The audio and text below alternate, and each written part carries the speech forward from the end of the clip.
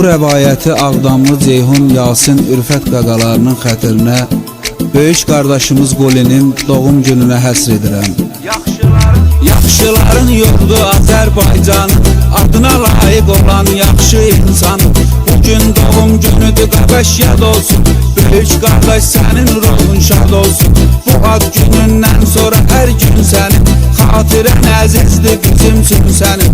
Hər ad günündə səni rəğbətlə biz adını qeyd edərik qardaş tərtəmiz. Sən qul hər zaman ürəklərdəsən, varlığınla döynən ürəklərdəsən. Hər iki aləmdə var hörmət sənə, hər iki dünyaya bir rəhmət sənə.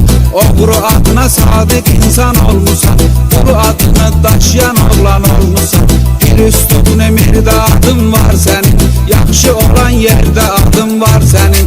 Böyük oğru qardaşımızsan bizim, keçmişimiz yaddaşımızsan bizim. Sən var abus qoy aləmdə qulu kimi, iz qoyub getmişsən oğru yolu kimi. Oğrular sırasında öz yerim var, doğrular sırasında düz yerim var.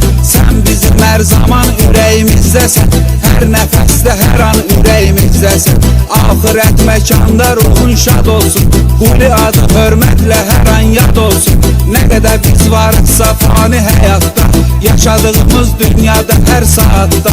Oğru quli arzu diləyimizdədir, keçmişimizdə gələcəyimizdədir. Baxma ki qürbətdə qəfəslərdəsən, sən təmiz alınan nəfəslərdəsən. Tarixdə ad yazdın oğru adıyla, Azərbaycan fəxr edir övladıyla.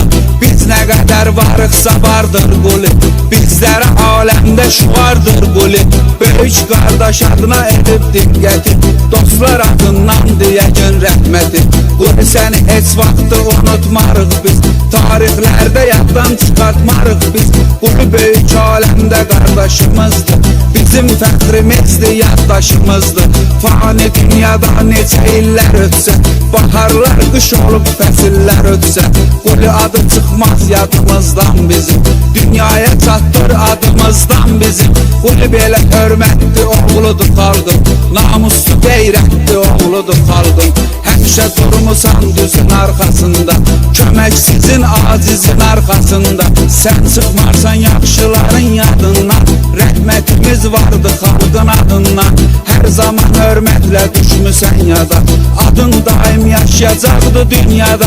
Şükür ki namid Bakı riski vardı, quldən əmanətdir o yadigardır. Həmişə parlaq nişan olsun quli, məkanı cənnət məkan olsun quli.